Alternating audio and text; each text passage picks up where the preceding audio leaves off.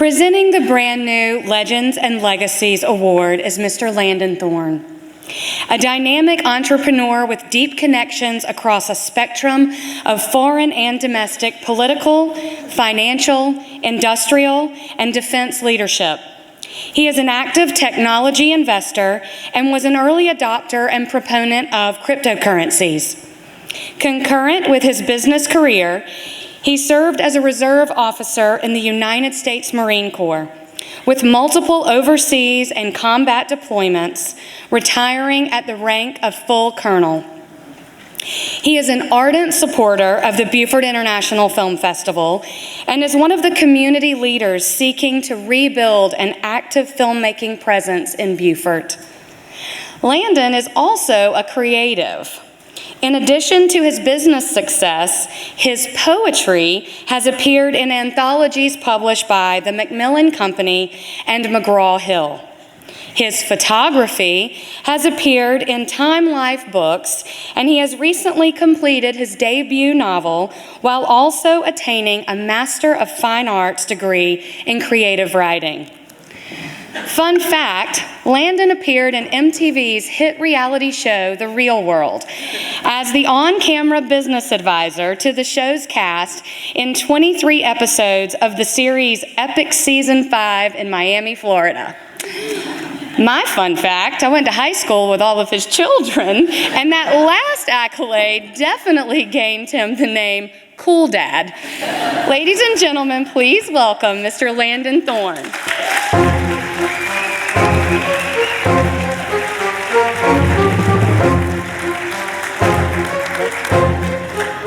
Thank you, Ashley. I'd like to meet that guy sometime.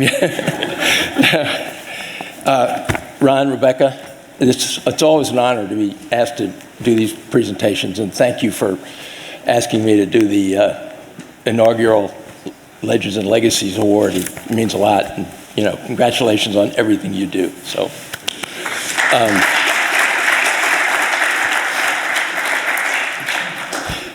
And welcome to all of you, and thank you for being here. So tonight, we're going to honor Mr. Tim Gray, who is the founder of the World War II Foundation. I guess it goes by WW, Roman numeral II Foundation. But he's an extraordinary filmmaker and an ardent patriot. And the other day, he told me a statistic about World War II that really, as we say in naval aviation, hit me between the die marker and the shark chaser, that there were 16 million Americans that wore one of the multiple uniforms for the multiple armed services during World War II, and only 64,000, maybe 65,000 are alive today. So it's a vanishing demographic, and there's stories in all of those people that are very meaningful to the history of the United States. And Tim with his foundation, is trying to capture those.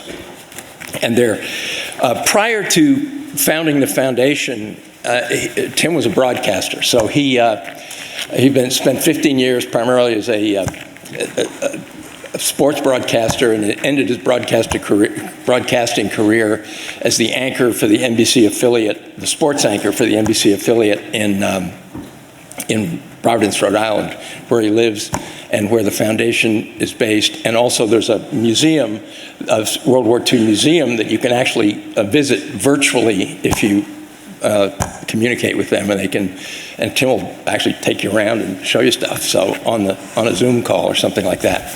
So since founding the foundation, they've made 40 documentary films, all sort of personal stories of veterans who were on battlefields of World War II.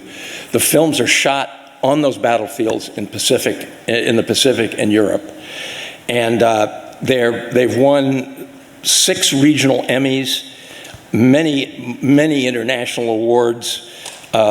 His films are some of the most requested films by the public broadcasting system affiliates around the nation. He has been honored with the American Public Television's prestigious National Programming for Excellence Award. And and on and on and on. All of his films are narrated by celebrity voices, which include folks like Tom Brokaw.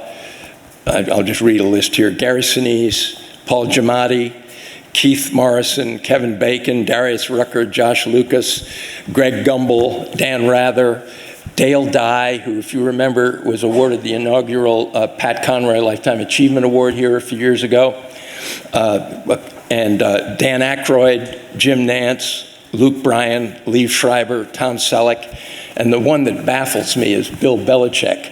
But apparently, Coach Bill, I don't know how he got 5 words out of Belichick, but apparently he did. So there you go. But also, as sort of subtle indication of Tim's dedication to telling this story, it's really an important story. In 2012, he raised the money for and dedicated the Richard D. Winters Leadership Monument in Normandy, France. Now, for those of you that may not know, Richard Winters was the lieutenant, eventually captain and major, who led Easy Company, 506 Parachute Regiment, 101st Airborne, and was the central character in Stephen Ambrose's Band of Brothers. And so he has sort of been viewed as one of the iconic small unit combat leaders for leading from the front, building up deep loyalty with his men, and just as a model. And the monument sort of stands there for all the young leaders who led troops in Second World War.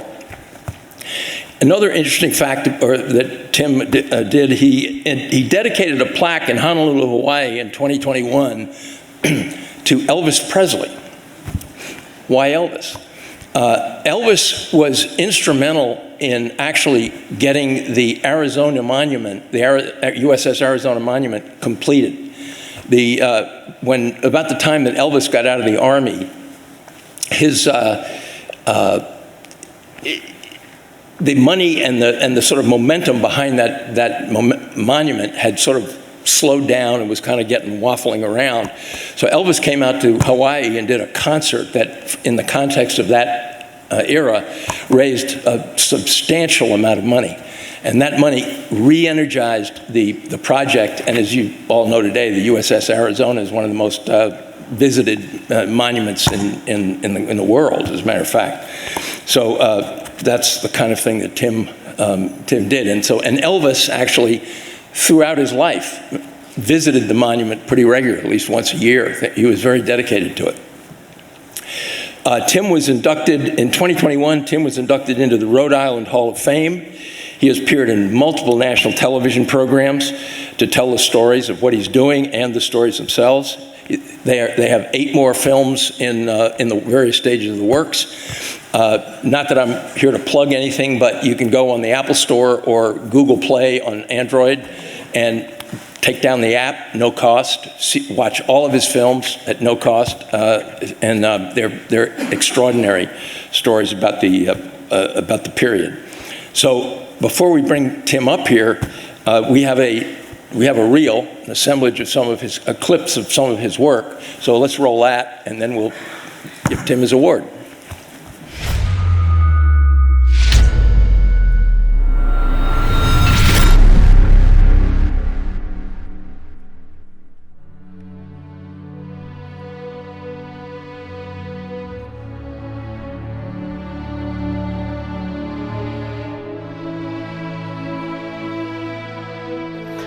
What our foundation does is we focus on the personal stories of the World War II generation.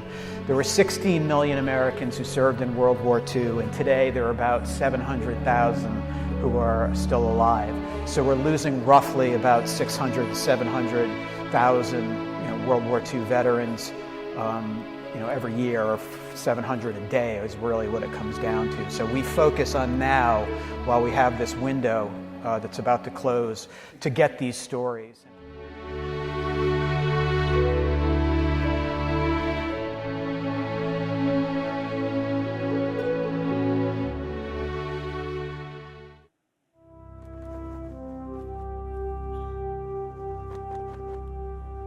The United States of America was suddenly and deliberately attacked. I just thought it was my duty. I wanted to help, and that's why I went in.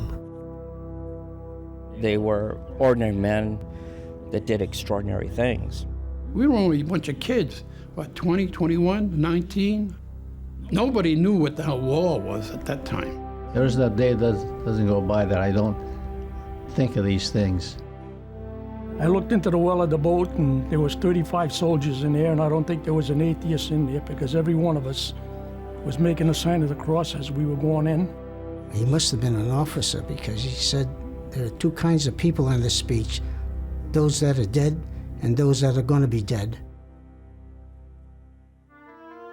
I didn't think any of us would make it across that river. You can't believe that people could treat other people the way they were treated. I'll never forget what I saw here. This is the boxcars that we came in with. And over here, as we came out from the boxcars, was the assembling of the people right here. And that's where Mengele or one of the other doctors performed the selection.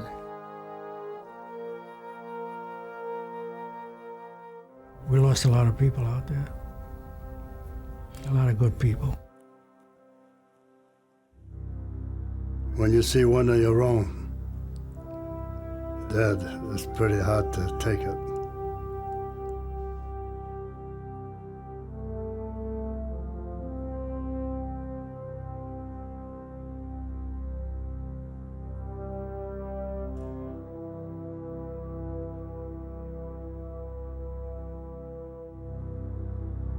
Our whole regiment averaged 21 years old, I think, officers and men, and they never had a chance to have families and children of their own. It's sad. Sad.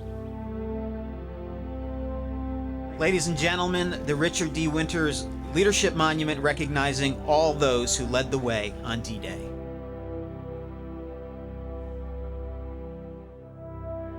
Everything that you and I are today is a result of their sacrifice.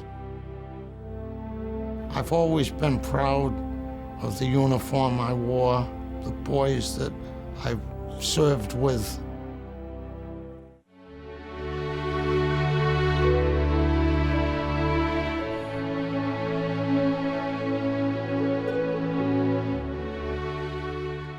Imagine how much more enriching our history could be if a student could go into the library and put on a set of earphones and listen to a veteran from Seminary Ridge, or Cemetery Hill, tell about Gettysburg.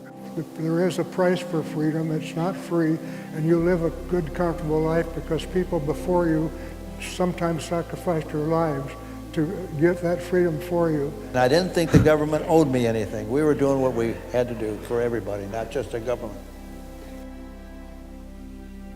When you saw the faces of those Dutch people, women, children, could have been your own people. Then you knew why you were there. Then you knew why you had to kill them.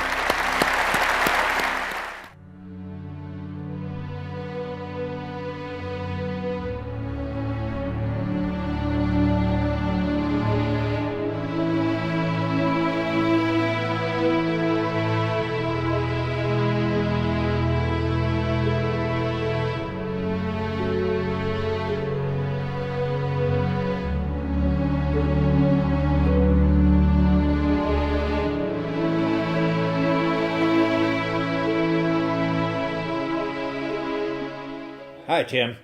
Captain Dale Dye here with congratulations on your Legends and Legacies Award. If anybody deserves recognition for keeping the history of our greatest generation and the stories from World War II alive, it's you. And the Beaufort International Film Festival is a great place to have that kind of honor bestowed.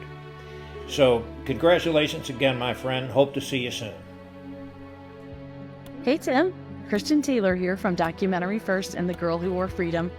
I just want to give you a heartfelt congratulations and a Beaufort hug.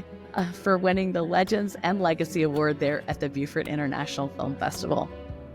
But I know the impact of your work because it was your World War II Normandy Film Festival that inspired me to make the film The Girl Who Wore Freedom, to make a film that would make a difference in the world, to encourage people to listen, to learn, and to honor our heroes. You not only created a platform to capture vital stories, but you have inspired filmmakers just like me to carry on the torch. Congratulations again, Tim. Hey, Tim, how are you? I want to say congratulations on your award tonight. I hope you're having a great evening. You're a special guy, man. You are a dear friend.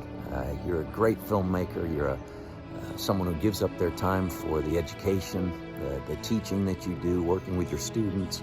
An incredible foundation you've created, world-class museum. You're a good husband, I'm assuming. And anyone who knows you knows that you're funny.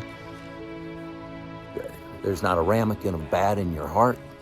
And truly though, congratulations. And I really look forward to seeing you again soon, man. Love you much. Take care. I'd say to hear your favorite actor, or at least that's what you tell me. I don't know if it's true. Anyway, this is incredible. I'm so happy for you. It's so deserved. I mean, your dedication to keeping the stories alive of so many of our heroes from World War II is to be admired. This is so deserved. I know you'd rather probably be off behind a mic, off camera somewhere, but this is your night, Tim. This is your night. I am so thankful to know you, thankful to call you a friend, and I can't think of anybody that deserves this more than you. So Tim, sit back and enjoy this, and congrats on receiving the Beaufort Film Society's Legends and Legacies Award.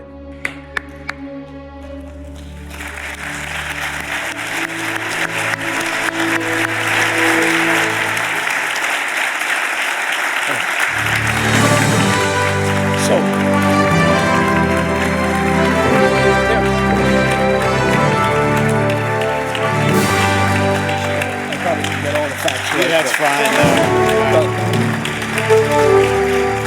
So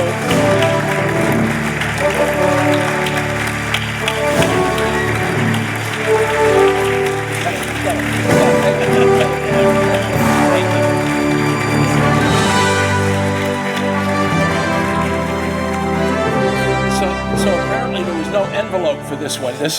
No, that's okay. This is amazing. Take care. Thank you, Landon. Thank you. This went above anything that I was expecting. I was just actually crying in my seat because seeing some of those people up there who've done so much for me, and Kyle Chandler and John Seda and Captain Dye, Jim Nance, Fred Smith at FedEx has been a supporter. We mentioned Keith Morrison. I was really happy earlier to see Frank Capra's granddaughter. Is she still here? Whoa! Yeah. Whoa!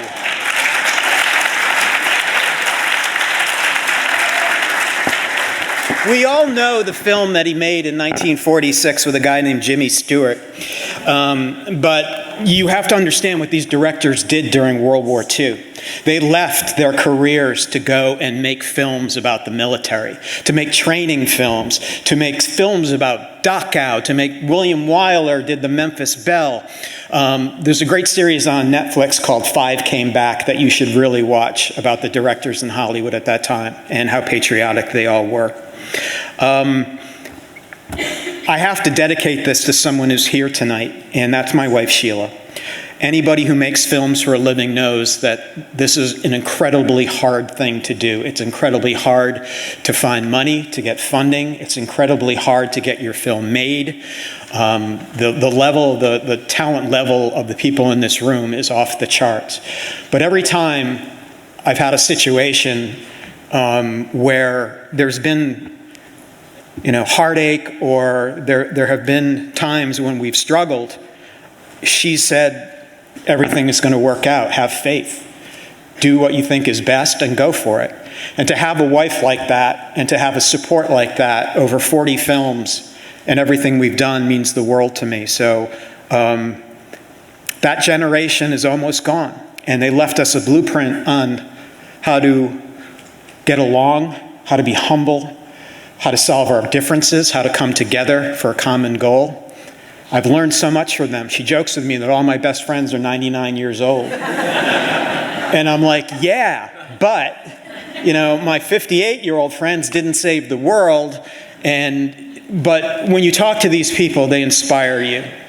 They inspire you to be better and inspire you to do better things in your own life and your career and everything else. But it's just been a pleasure sitting down with these veterans all over the world, looking into their eyes and seeing them relive some of the most horrific times of their life, and not wanting to tell their families about it, but willing to tell a filmmaker about it, who they trust enough to know that we're going to tell their story properly and in the context that should be told. But this award tonight goes to Sheila, and I love you so much, and you are my rock, and without you, I may be at about 4 or 5 films instead of 40. But thank you so much. It just means the world to me. And I'm not going to tell Ron and Rebecca how great their film festival is, because everybody up here has done that all night. But I will tell you, going to so many festivals, I enjoy this so much, and it's one of the best in the world, and it's one of the best run in the world, but I'm not going to tell them that. So thank you very much.